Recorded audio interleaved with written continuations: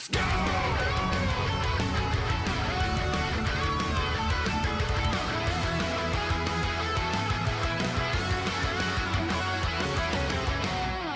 I have experienced a little bit of this character in the past. I'll wait to give actual impressions until it is allowed. I didn't know who the hell this guy was. I had to learn about his very emo backstory because apparently like supers kill his parents or some shit like that. I was like, damn, dude, the animations of this character look good. Holy crap, like facial animations and movement and everything, like everything about Powerplex looks really good to the point where you very much can see the evolution of Quarter Up just as a fighting game developer, just getting way better. Yeah, Invincible Versus goes to show us how polished this stuff can get before it eventually comes out in April. Check this out. All my rage into this single task. It looks like story mode stuff. It looks cool. I'm looking for Invincible.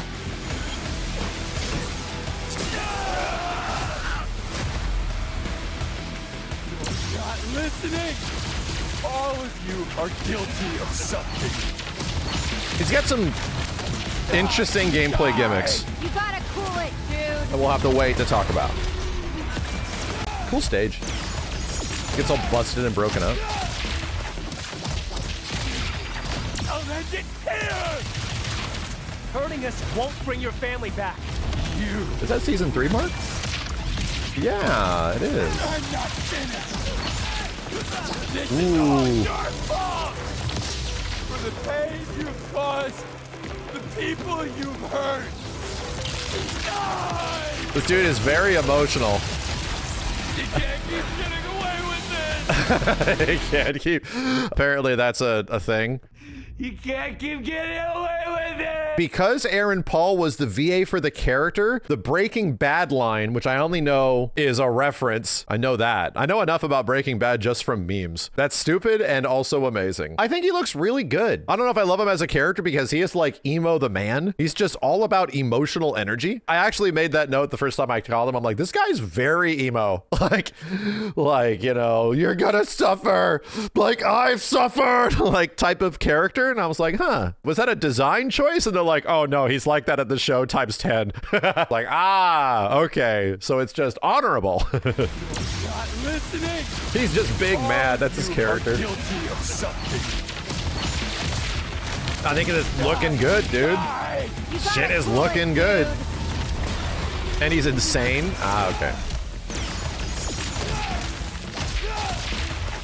Roster's looking pretty healthy now. I'll end it here. Hurting us won't bring your family back. You.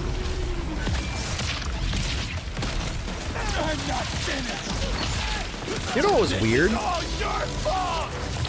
Damn. For the pain The effects you've look cool. caused, the people you've hurt. This is looking great. Die. Like, if this looks a lot more polished. If there's one thing I have to give Double Helix, and I'll just call them, these are the OG dudes from Double Helix back in KI way back in the day. Chat, when Killer Instinct was first announced, and as somebody that had like experienced it a little bit after, so I knew, I had played it and I could be like, oh no, this shit's actually good. And everyone's like, this shit is ass. Nobody wanted KI like this. This shit is doo-doo butter butt.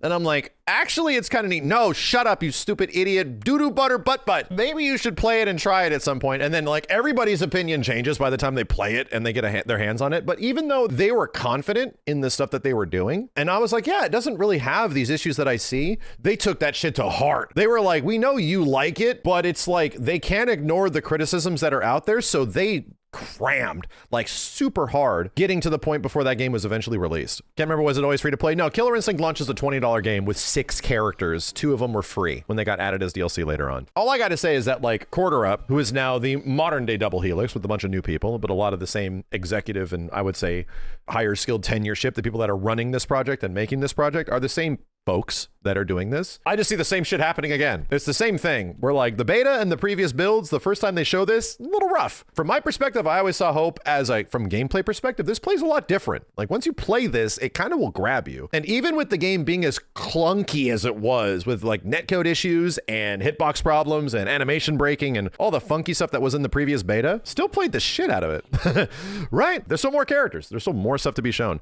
You know what's also crazy to me is we played the beta for this game. It had like what, 9 9 characters, 8 to 10. I don't remember there being an issue with like stagnant roster shit. Even in a 3v3 10 character game, I was always fighting against weird stuff, different stuff constantly. I played a kind of generic team. I played like an Omni-Man and Mark team, and I think you saw Cecil more than most, but you saw a lot of variety. And I'm like, how did we see a lot of variety when it's a 3v3 game and there's only 10 characters? Like, it's weird. It felt like there was a lot of variation. People weren't only sticking to like one thing. Looking forward to more Invincible. If I get an opportunity to hit up the devs and provide some really high definition 4K capture matches in the latest builds where a lot of stuff has changed, my dude, they added short hops to this game. They pretty much saw that like it was kind of hard to open people up and defense was going to be really powerful. So they're like, okay, maybe we should give characters more movement. As somebody that's messed around with that quite a bit, I can tell you it does feel like the chains are kind of off. This turned into, as I described it, a whippy zippy game now. It got a lot faster. Whatever feedback they got in the survey, that shit happened. So anyway, I'm excited. I just want to see this game do well.